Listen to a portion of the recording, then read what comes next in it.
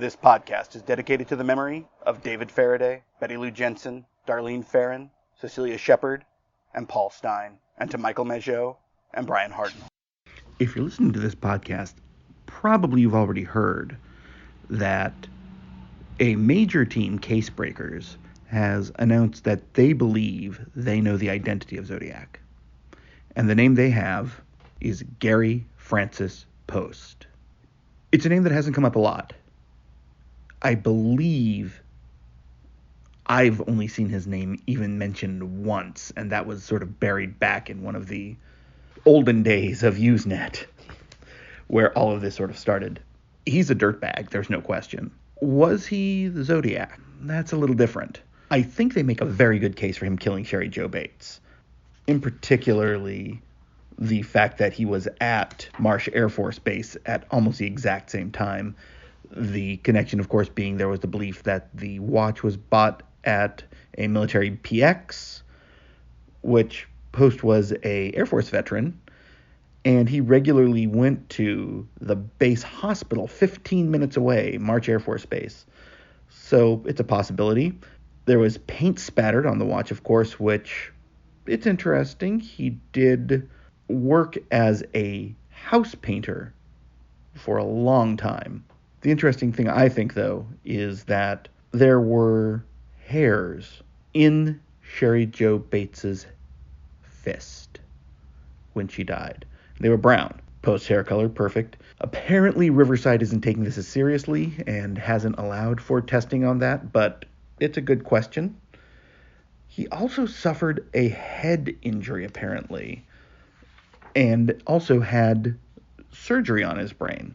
Now, that's going to be highly debated over the next ever, but there's a lot of things that are pointing to a very interesting note. The thing that I think is most telling is that in the famous sketch, they're pronounced scars on his forehead, and 100% Poste has those. It's very clear. They're from a car crash, and that happened in 1959. Again, head injuries have been known to cause violent mood swings, everything from disassociation, even. Lots of different questions there. But I think one interesting thing is that he had, at least in the early 70s, he had the type of body shape that we associate with the hooded executioner attack at Lake Berryessa. The scars were obvious and pronounced, and would have been more pronounced in 1968 and 69 than they were later in his life, even though they do actually kind of seem to increase if you look at it. One of their big things is they investigated his dark room.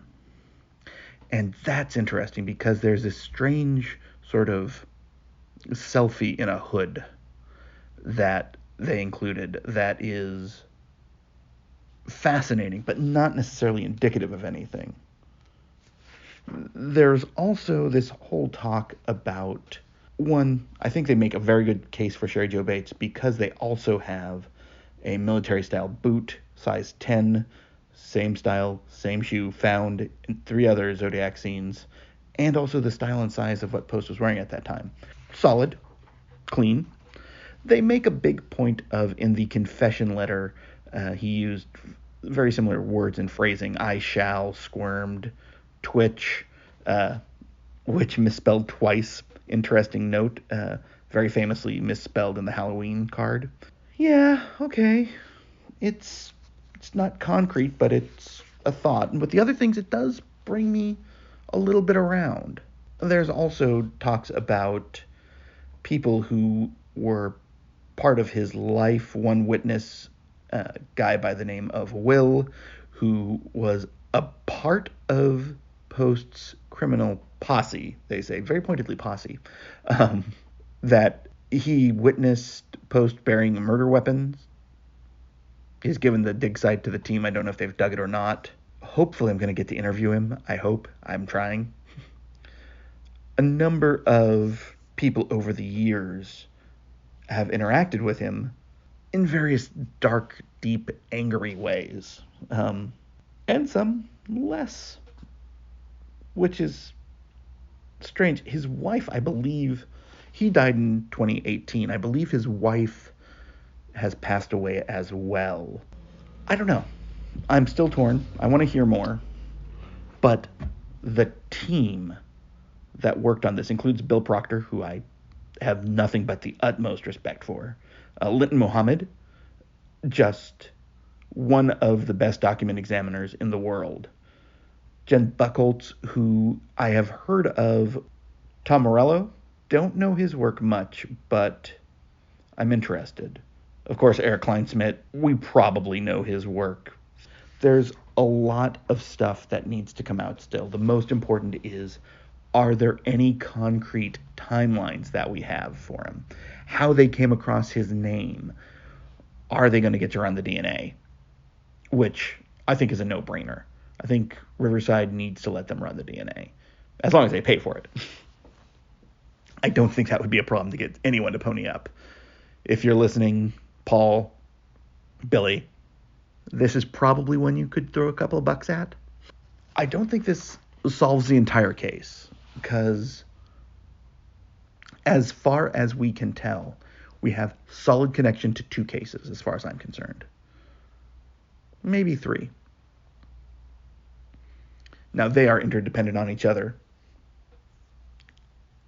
But the question is, how does this all fit together to form a cohesive narrative of Gary Francis Poste as the Zodiac killer?